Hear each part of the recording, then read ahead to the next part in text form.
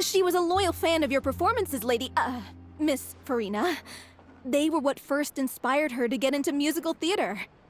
She rallied many people around her who were destitute or had lost their sense of purpose in life, and convinced them to join her troupe. She wrote her own scripts, acted on stage, and mentored each and every one of us. People loved our performances back then. We seemed to be going from strength to strength. Things were really looking up for us. And then disaster struck. Yeah. After that, the entire troupe fell into disarray. None of us know anything about script writing, let alone how to handle the business side of things. We've been doing the best we can, but despite our efforts, things are slowly but surely falling apart. It's agonizing, but ultimately, we'd rather end things now on our own terms than stick it out to the bitter end and watch all our dreams turn to dust. Oh. What a terrible waste. A gifted artist from humble beginnings, who achieved so much and no doubt had much more to give. And then her life was so cruelly taken. I suppose it's fair to say then that this final show, besides being your farewell to the stage, is also your final gift for her? Yes, exactly. We all miss her terribly. Well, good thing I followed the Traveler here. After hearing this tragic tale, I can no longer stand by and do nothing. Farina? I know what you're thinking, but I by no means plan to cross the boundary I've set for myself. Besides, they're no longer looking for a replacement anyway. I can, however, provide some artistic guidance from the vantage point of a highly experienced audience member. But only if you feel this is something that would help, of course. Oh, most definitely! We'll take any guidance that you can give. We unfortunately don't have any budget for a consultant, though. Will that be a problem? I don't need any compensation. All I'd ask in return, if you're willing, is that you tell me some more about the life and work of your late director. Something I've begun to realize since my departure from the Opera Epiclese is that there's a lot you don't see when you observe everything from on high. The law only judges criminal behavior and does not weigh human emotion. The court's verdict can settle the question of criminal liability, but what about all the unresolved emotions of the parties involved? What happens to them? An interesting answer. But if you ask me, I think all emotion shall ultimately return home to the heart and slowly settle with the passage of time. Take, par exemple, how this troupe pines for their late director. Things such as this I have never witnessed before, and so I should like to observe, perchance to understand. Huh. Still a fan of your old dramatic monologues then, huh? You just want to get back in on the action, don't you? No. This is a completely different situation. Pearls before swine. The name's not Swine, it's Paimon! Would you be willing to join me? Come on, take a break from adventuring to listen to a story. Thank you all so much. Our director was a huge fan of Miss Farina's performances, as of course we all are. All right, follow me. We'll go to our usual practice space. Please excuse the size. It's a little on the smaller side.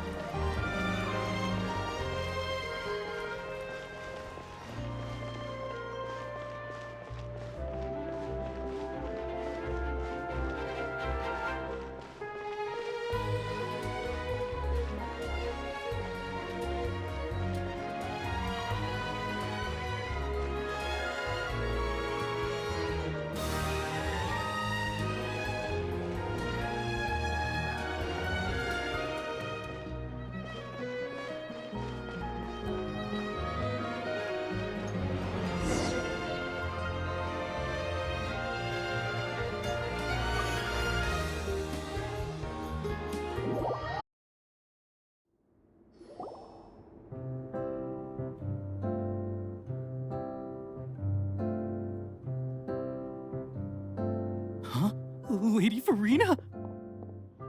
What's Lady Farina doing here? Hello, all. Allow me to explain.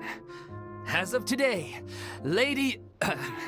Miss Farina will be supporting our production of The Little Oceanid in the role of artistic consultant.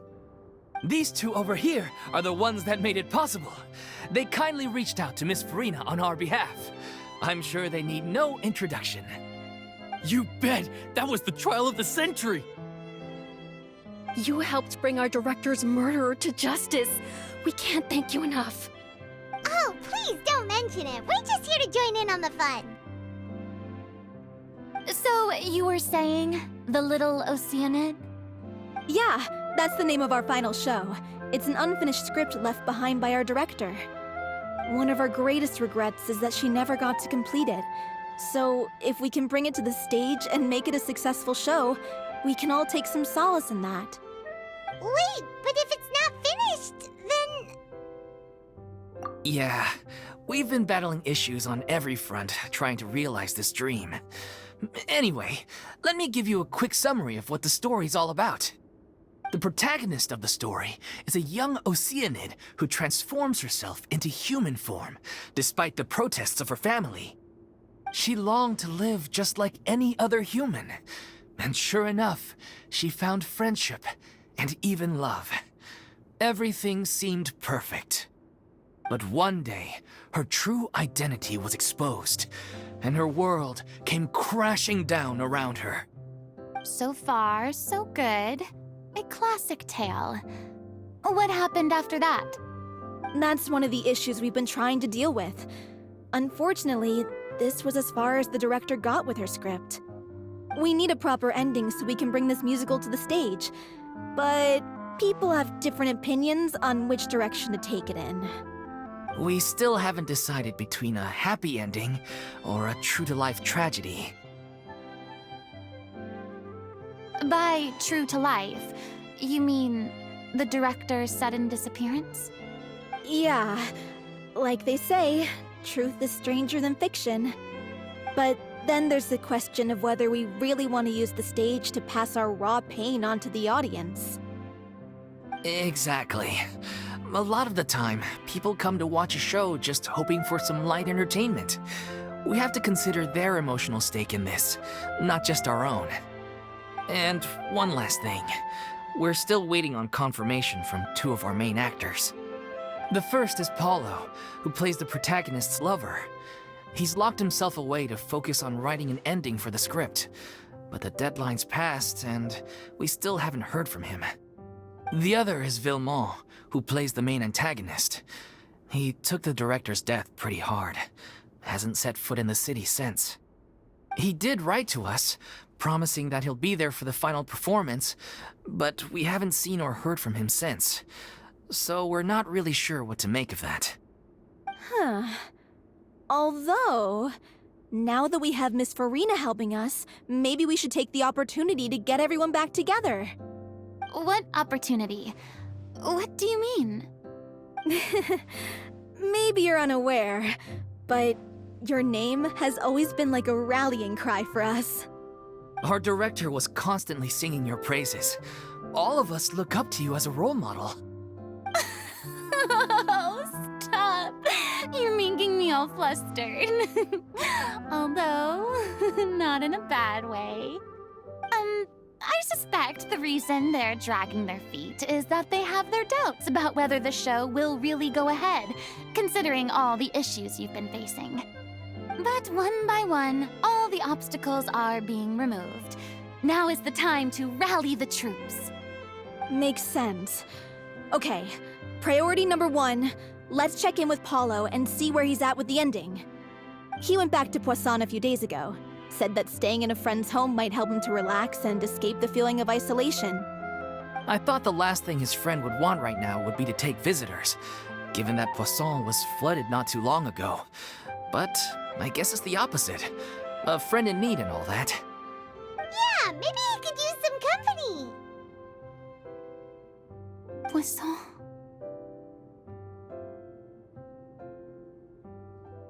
Nothing. I suppose my presence will be indispensable if we are to restore his faith in the show. So, allons-y. Tout passons!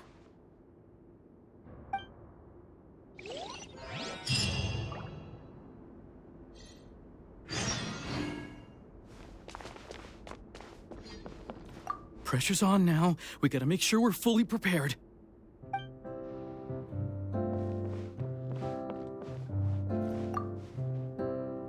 You're off to Poisson to find Paolo, right? Have a safe trip. We'll take care of the troop while you're gone.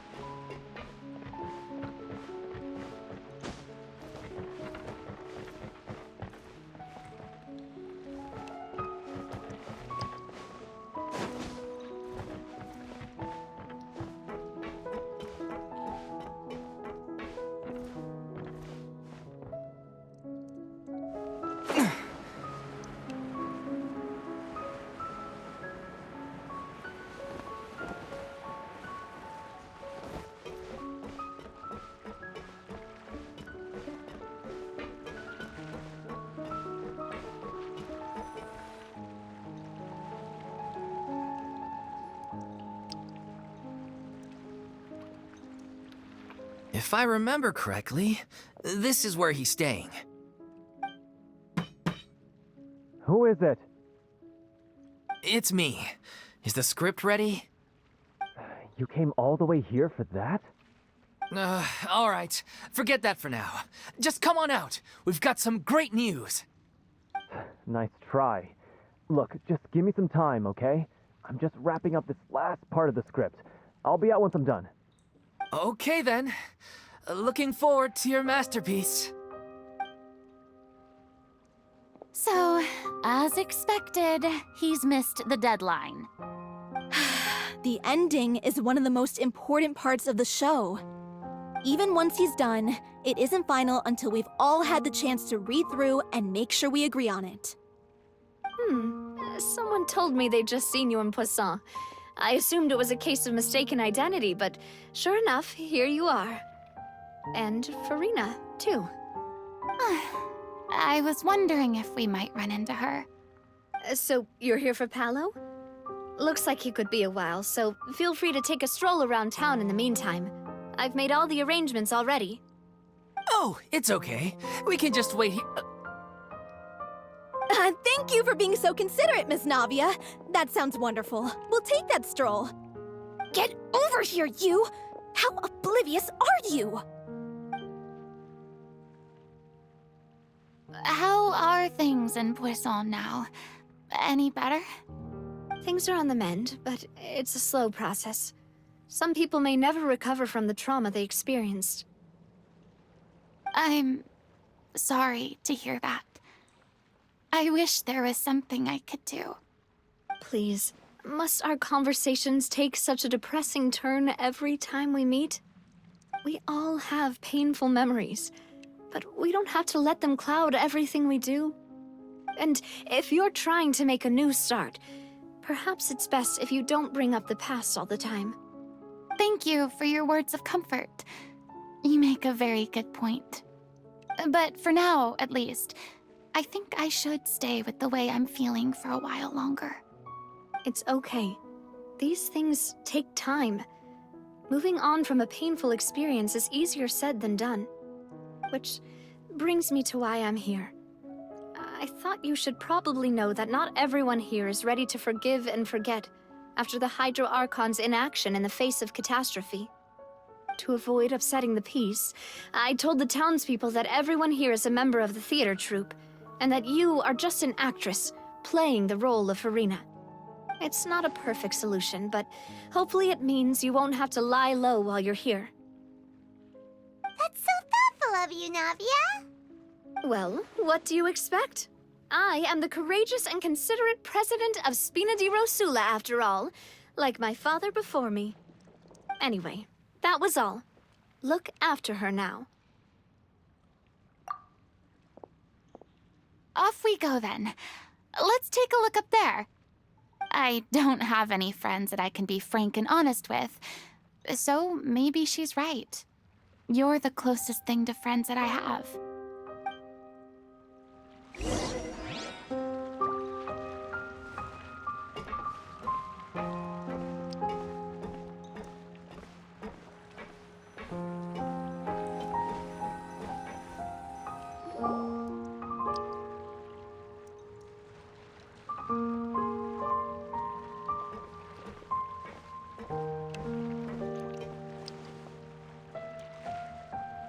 I'm so grateful that Miss Nafia was so understanding. To be perfectly honest, I didn't know if I was ready to meet her. It's always easiest to just run away from your problems. But that never fixes anything. You can't get around the obstacles without facing them.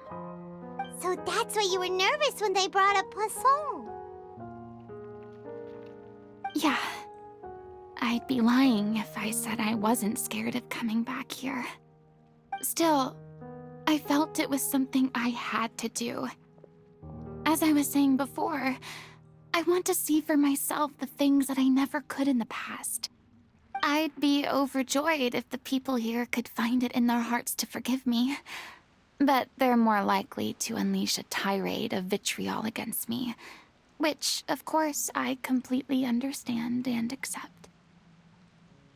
Yeah, I can tell people are watching me. I'm sure some people here see the idea of someone coming to Poisson dressed as the Hydra Archon as extremely disrespectful. I used to be terrified of the gaze of other people, especially when they had suspicion or resentment in their eyes. I guess I wasn't quite ready for this after all. I'm not surprised you're making yourself go through all of this. What do you mean by that? You expected me to just keep running and hiding from my responsibility forever? Look! There seems to be a crowd gathering over there. Probably time we made a move. How about we check out Spina di Rosula's ship? We should have a view of the whole of Poisson from there.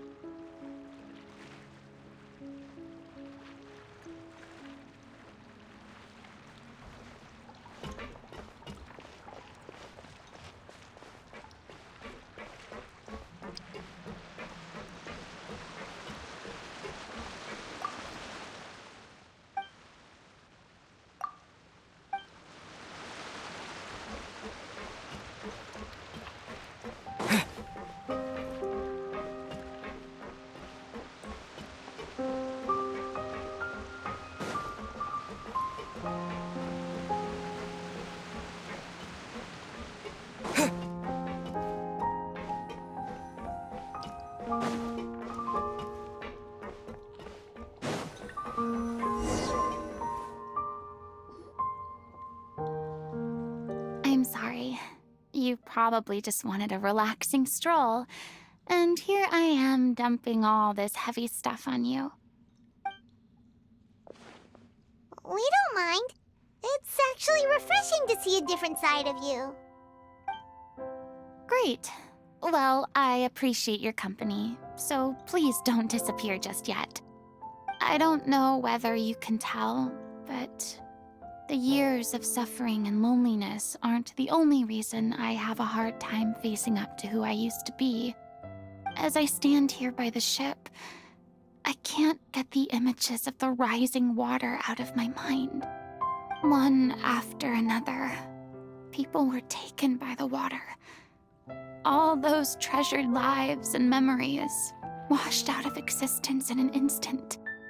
They thought their god would protect them. They had absolute faith that when disaster struck, a divine power would save them from harm. And all the while, I played my part to perfection to convince them that was true. But then the floodwaters finally came, and the Hydro Archon did nothing. You shouldn't look at it like that. You were only doing your duty. I've had to go through so many moments like that for the sake of protecting the truth. As time went on, it got harder and harder to bear, and I became more lonely and isolated. Eventually, I realized I had nothing left except the truth. I became terrified of completely failing in my task, and was haunted by the thought of being left all alone, weeping on my throne. Fortunately, we were able to avoid the worst-case scenario thanks to the help of heroic individuals such as yourselves. Everyone rose to their responsibilities, and I finally regained my freedom. But on some level, freedom also means no longer being needed. I have no further use to people. Paimon would have never imagined you'd see it that way. A reward?